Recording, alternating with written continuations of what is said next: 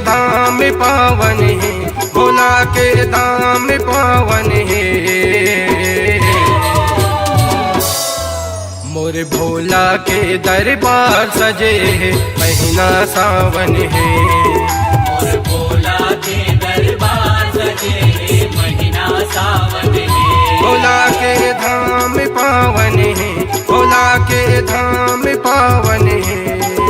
मोरे भोला के दरबार सजे है, महीना सावन है। मोर भोला के दरबार सजे है, महीना सावन है।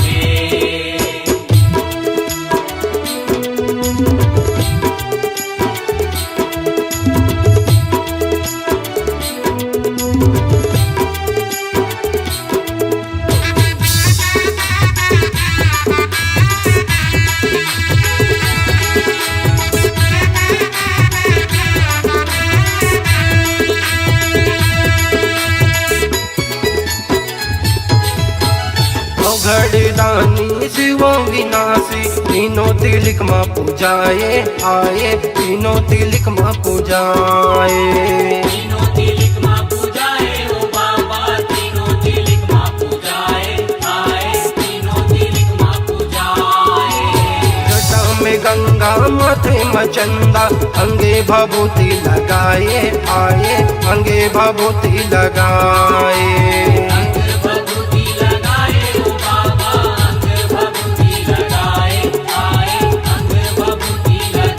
भोला के रूप मन भावन है, भोला के रूप मन भावन है। मोरे भोला के दरबार सजे है, महीना सावन है। मोर भोला के दरबार सजे है, महीना सावन है।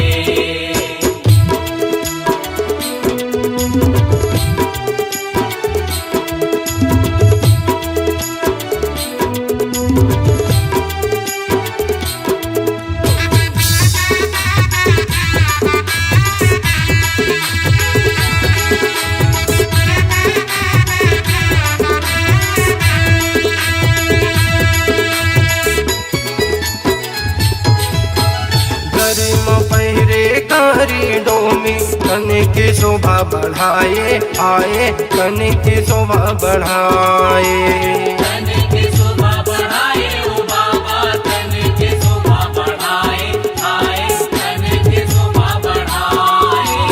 कने मसूदर पीछे सोहे, देखते मन माँ भाए आए, देखते मन माँ भाए। देखत मन माँ भाए ओ बाबा, देखत मन माँ भाए आए, देखत मन माँ भाए। भोला मोरे जगे सुहावन है, भोला मोरे जगे सुहावन है। मोरे भोला के दरबार सजे है, महीना सावन है। मोर भोला के दरबार सजे है, महीना सावन है।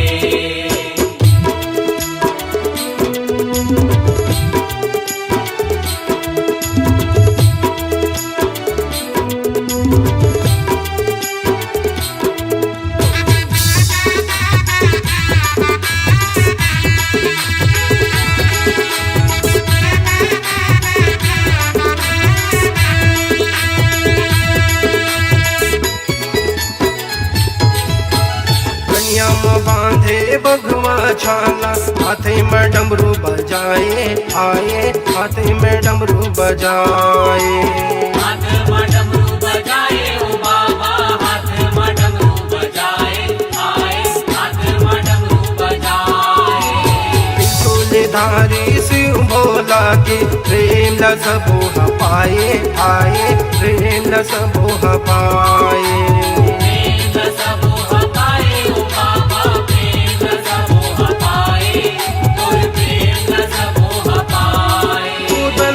गुण गावन है, उदल दुर्गा गुण गावन है।